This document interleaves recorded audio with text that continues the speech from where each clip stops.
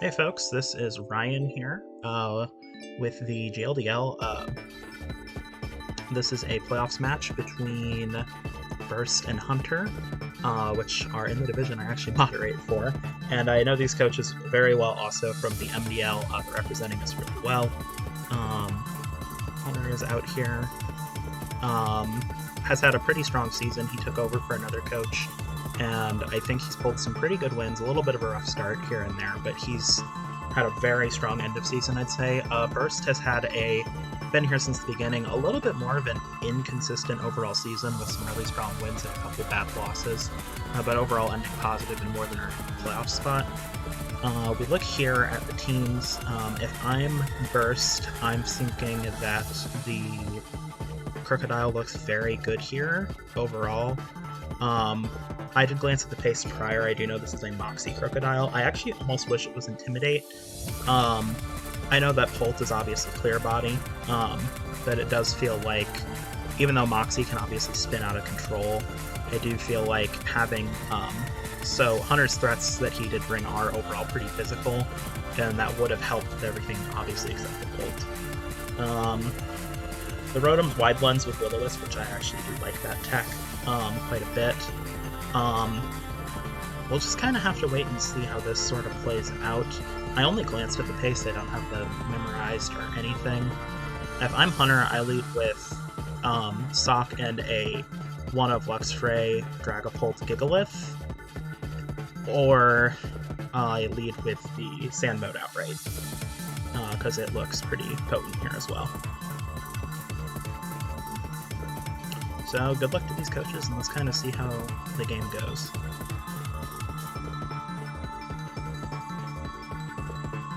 Okay, we see Dragapult Sock lead. You can just assume coaching max Dragapult turn 1 then.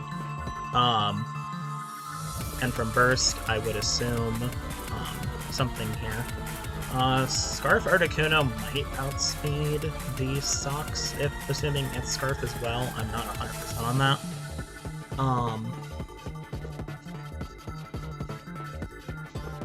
So if I'm Hunter here, I'm probably coaching my Holt, and then I honestly probably max Wormwind into the Articuno. The reason you do that is because you want to get that attack drop on this Crocodile, and you don't want Articuno getting a competitive boost off what you got going on.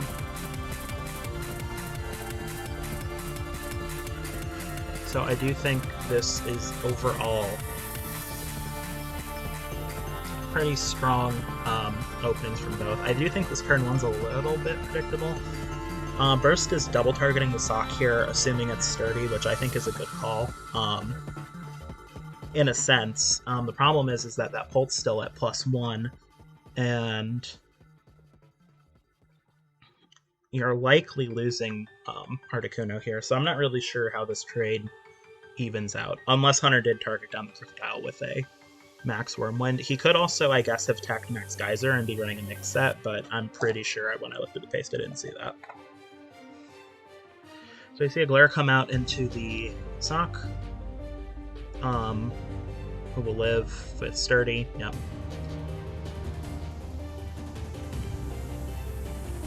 And we see the coaching come off.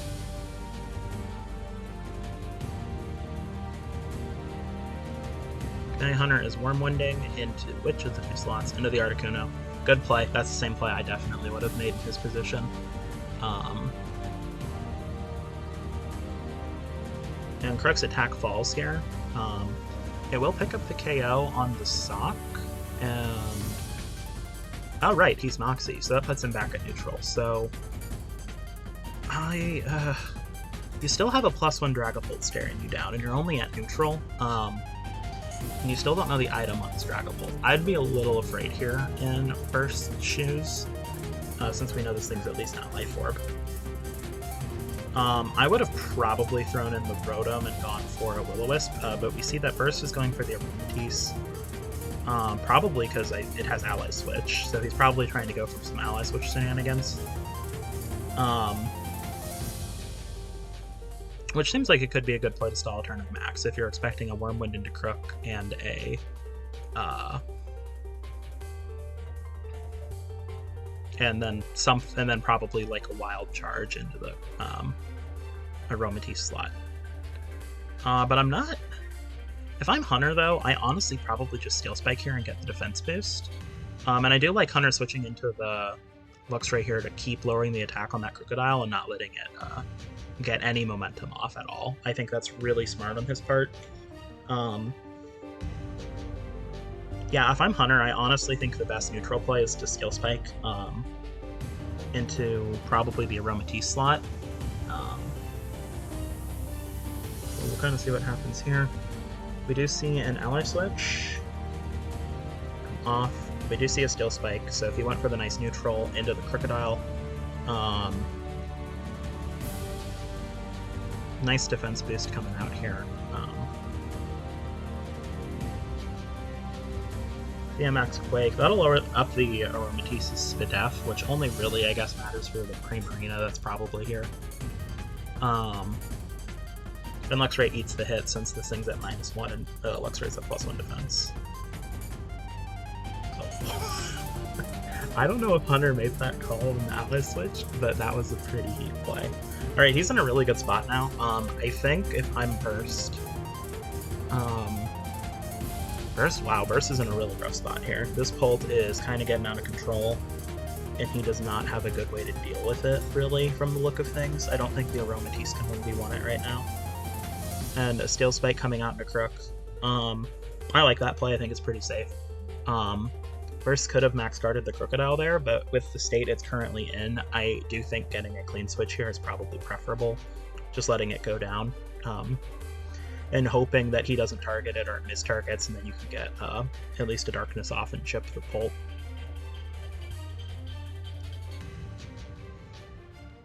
See a Glaive can come out. Do not terrible damage, but Aromatisse is more of a bulky mon.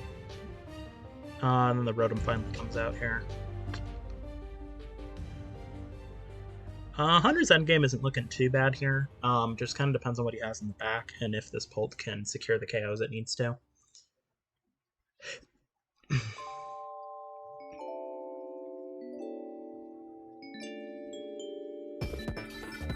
I don't know what Hunter does here. He might... I'm actually not sure if attacking with Pult's correct here. You might actually protect it and hope for like a Gleam or a Thunderbolt or something into Luxray. Hope Luxray goes down and get your clean switch. I'm not 100% sure what you do here, because you can't KO both mons this turn, and you still don't know if that Rotom has Dark Pulse or not, or Shadow Ball, so...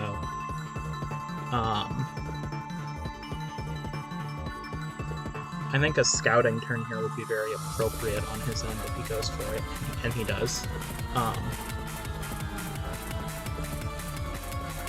So I see a Thunderbolt come out into Luxray, then we'll knock it out. And the Moon Blast into the Dragapult, which protected.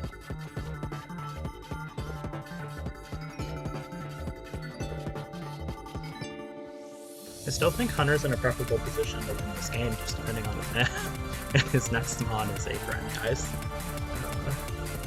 This is a huge problem, I think. Potentially, the Primarina, if it's a Lacan set, I think does kind of help clean this up pretty nicely for him. And Burst could ally switch and try to finagle, but I honestly think attacking the Bolt because it protected last turn is his best and smartest play.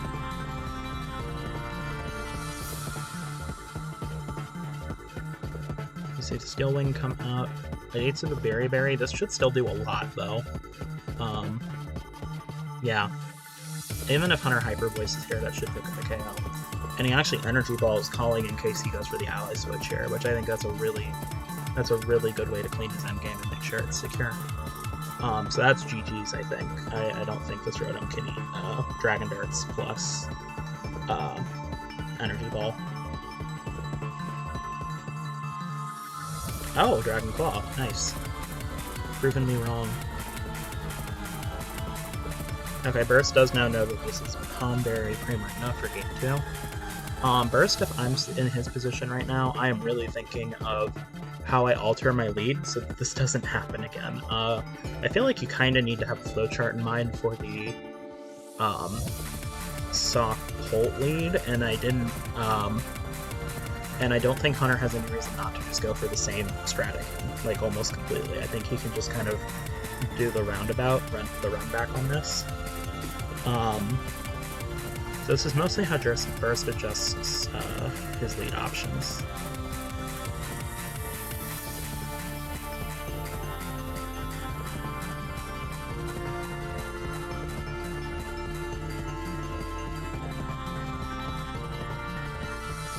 You also still don't know the item on Holt, so if I'm Burst, I'm thinking it's either Roselli, Colbert, or Safety Goggles at this point. Maybe Weakness Policy, but probably... oh no, it's not Weakness Policy, he already hit it with something super effective and nothing happened. So I'm thinking it's one of those three. Tangrowth Articuno lead doesn't seem too bad. I actually don't love AV Tangrowth here. Just in part because I think Burst was expecting a special Pulse set, and I don't particularly know why. I mean, I guess it gets the Max Geyser for the Crocodile, but to me it's looking like the calcs are lining up nicely with the physical set. And Wormwoods and Crook actually do fine. But yeah, I typically don't like AV Tangrowth. I usually run it with the Sleep Powder or Rage Powder and Sleep Powder, which actually looks super good in the Hunter's squad because he went very physically oriented this week. He has some good special attackers, but this team's overall a little more on the physical end, and that's what he's been relying on typically. So this is all about how Burst adjusts to the lead, because I don't think Hunter changes. Yeah, no change. So same leads as last time.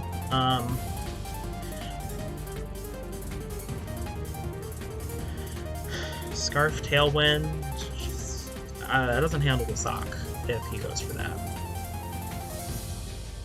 I'm feeling like you potentially just go for a similar play to last time, honestly. Or you can just double down Dragapult. I mean, Shadow Ball, Max Darkness that. I don't really know if that helps you a lot, though. I mean, it just depends. Hunter could maybe not go for Max Wormwind here. He might go for the Steel Spike instead. I don't know if a +1 Steel Spike picks up KO on Articuno. I think Wormwind's a little safer, but he might be expecting Burst to make a read for an Aromatisse switch or something. But we'll see if this works out. I feel like not dealing with the sock here is really detrimental for Burst, because that thing's actually a pretty good offensive threat in itself. And here we see a change-up. Hunter going for a Protect here, which I actually super like that. That lets him scout for the potential Aromatisse switch I was talking about earlier. And it also lets him kind of get an idea of what Burst is going for here, while preserving a turn of Max. So Hunter will have an extra turn of Max on Burst at this point, and we do find the Pulse Culber Berry, and it eats that really well. +1 defense Culber Berry. That's pretty nice. Yeah.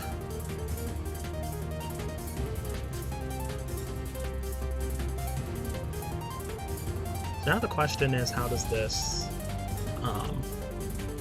I'm assuming Dragapult maxes this turn and Sock just coachings.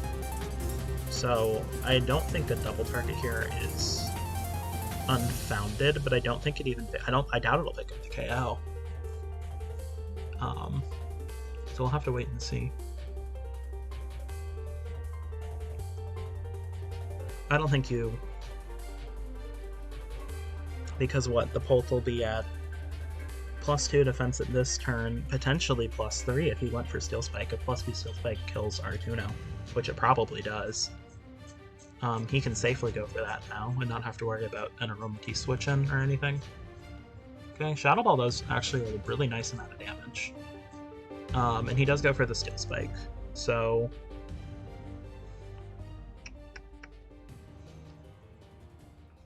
I think Burst is in a very bad position here. It feels like he didn't flowchart this lead out, or he didn't have anything planned for this kind of a lead.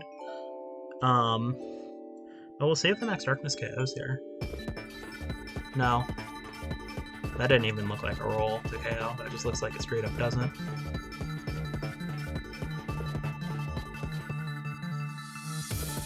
Okay, Aromatisse.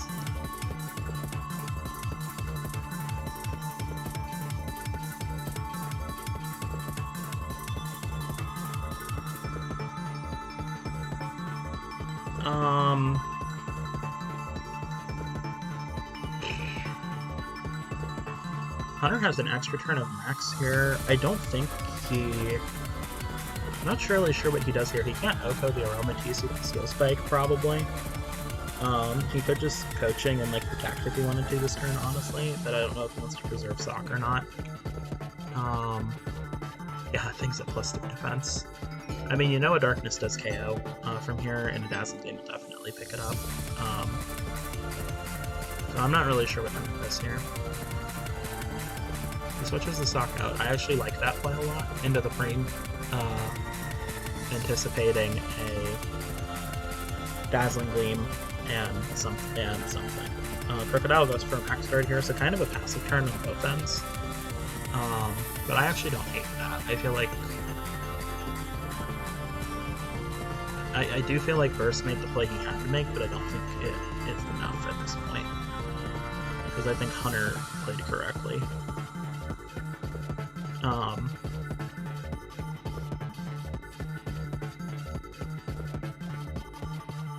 I mean, yeah, an ally switch here makes sense, and Darkest Lariat. Hunter might call this ally switch, though. If I'm Hunter, I just skill spike one of the 2 slots and call it a day, honestly. And he called it. Yeah.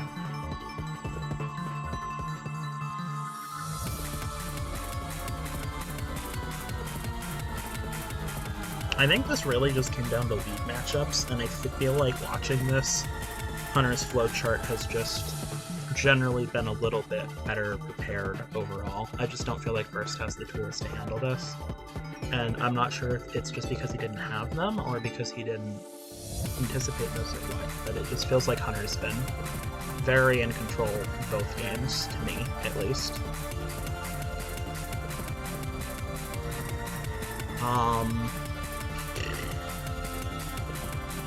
Hunter also still has all 4 months. Now, this Tangrowth could be an issue, I suppose. We'll have to wait and see.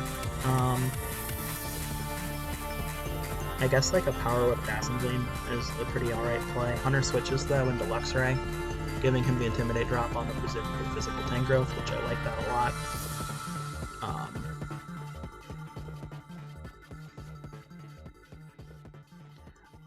Also, Tangrowth's special defense is bad. Oh, we see a fly come out. Okay, that's funny. A little cheeky, but I like it.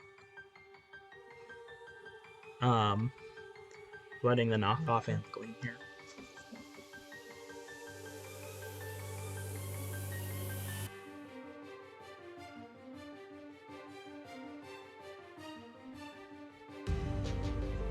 So